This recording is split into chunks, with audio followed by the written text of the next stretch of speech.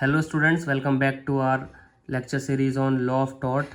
जैसे कि हम डिफेंसेस पढ़ रहे थे लॉ ऑफ टॉर्ट में, आज हमारा एक और डिफेंस है। क्या हमारा टॉपिक है आज? Inevitable accident. इनएविटेबल एक्सीडेंट क्या होते हैं, इसमें कौन कौन से केस लॉज हैं वो हम पढ़ेंगे आज।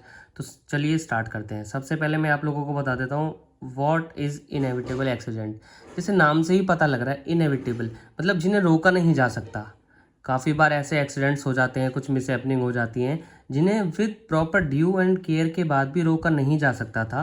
तो वहाँ पे डिफेंडेंट को एक डिफेंस मिल जाता है कि हाँ वो गिल्टी नहीं है, और वो ले लेता है किसी चीज़ का डिफेंस, इनएविटेबल एक्सीडेंट। तो चलिए कंटिन्यू करते हैं अपनी क्लास को। Inevitable accident.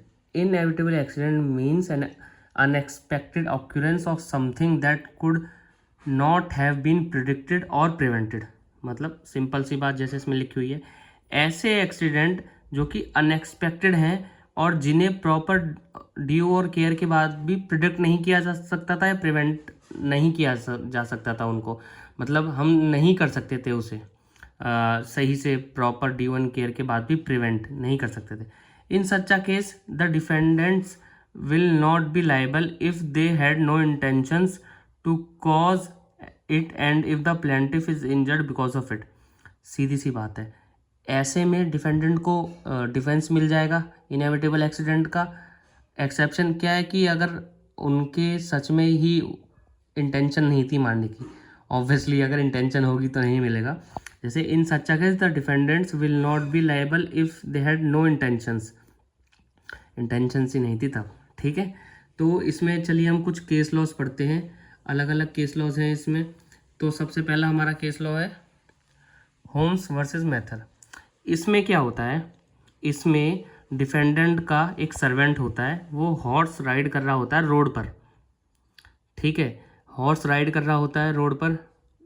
फिर वाइल राइडिंग द हॉर्स क्या होता है, there were some street dogs, they started barking. वो चिल्लाने लग जाते हैं, सॉरी भौंकने लग जाते हैं। तो जिसकी वजह से हॉर्स अपना बैलेंस खो देता है, या सिंपल भाषा में बोलें कि वो अपना आपा खो देता है और वो इधर उधर भागने लगता है।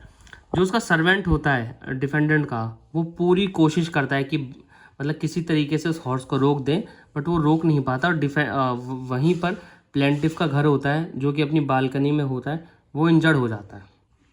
Obviously as a result plaintiff filed a suit against the defendant and in the court the defendant took the defense of inevitable accident। And court क्या बोलते हैं, हाँ कोर्ट उन्हें ये डिफेंस दे देते हैं। क्यों? क्योंकि ये एक ऐसी चीज़ थी जिससे मतलब प्रॉपर ड्यू एंड केयर के बाद भी प्रिवेंट नहीं किया जा सकता था, और प्रॉपर ड्यू एंड केयर की उसके सर्वेंट ने, जितनी कोशिश वो कर सकता था उसने की बचाने की। बट ये कोई ऐसा नहीं था जो कोई प्लान था, इसमें कोई इंटेंशन थी। तो यहाँ पे डिफेंडेंट को वो मिल गया, डिफेंस मिल गया इनएविटेबल एक्सीडेंट का। तो ये हमारे लिए बहुत ज़रूरी है।